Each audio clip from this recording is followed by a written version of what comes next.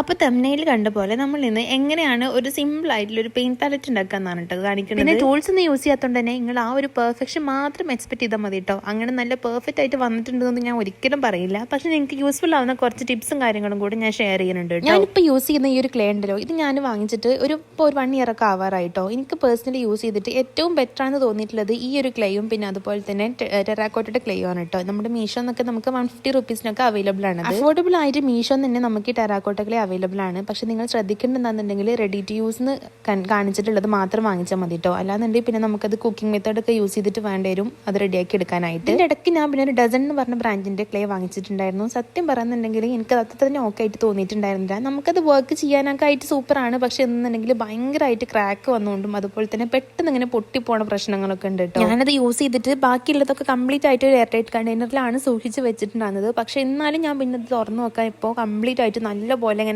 Dry ആയിട്ടുണ്ടായിരുന്നു. പിന്നെ നമുക്ക് ഡ്രൈ ആയി കഴിഞ്ഞാൽ അറിയാമല്ലോ, എയർ ഡ്രൈ ആയി കഴിഞ്ഞിട്ടുണ്ടെന്നുണ്ടെങ്കിൽ പിന്നെ നമുക്കതൊന്നും ചെയ്യാൻ പറ്റില്ല. ഏറ്റവും കൂടുതൽ ശ്രദ്ധിക്കേണ്ടതെന്നുണ്ടെങ്കിൽ നമ്മളിത് യൂസ് ചെയ്തതിന് ശേഷം അതേപോലെ പാക്ക് ചെയ്തിട്ട് നമ്മളതൊരു എയർ ടൈറ്റ് കണ്ടെയ്നറിലാക്കി വെക്കുന്നതാണ് ഏറ്റവും ബെറ്റർ കേട്ടോ. അല്ലാന്നുണ്ടെങ്കിൽ എയർ കടന്നു ഇട്ടിട്ടുണ്ടെന്നുണ്ടെങ്കിൽ പിന്നെ നമുക്കത് യൂസ് ആക്കാനായിട്ട് പറ്റില്ല. അടുത്തതായിട്ട് ശ്രദ്ധിക്കേണ്ടത് ക്രാക്സ് വരാണ്ടിരിക്കാനാണ് കേട്ടോ. ക്രാക്സ് വന്നു കഴിഞ്ഞാൽ അതുപോലെ ചെയ്താൽ മതി. അതായത് വെള്ളം കയ്യിലാക്കിയതിന് ശേഷം നമ്മളത് മെല്ലെ ഇങ്ങനെ റബ്ബ് ചെയ്ത് കൊടുക്കുമ്പോഴത്തേക്കും ആ ക്രാക്സ് അങ്ങനെ പൊക്കോളൂ കേട്ടോ.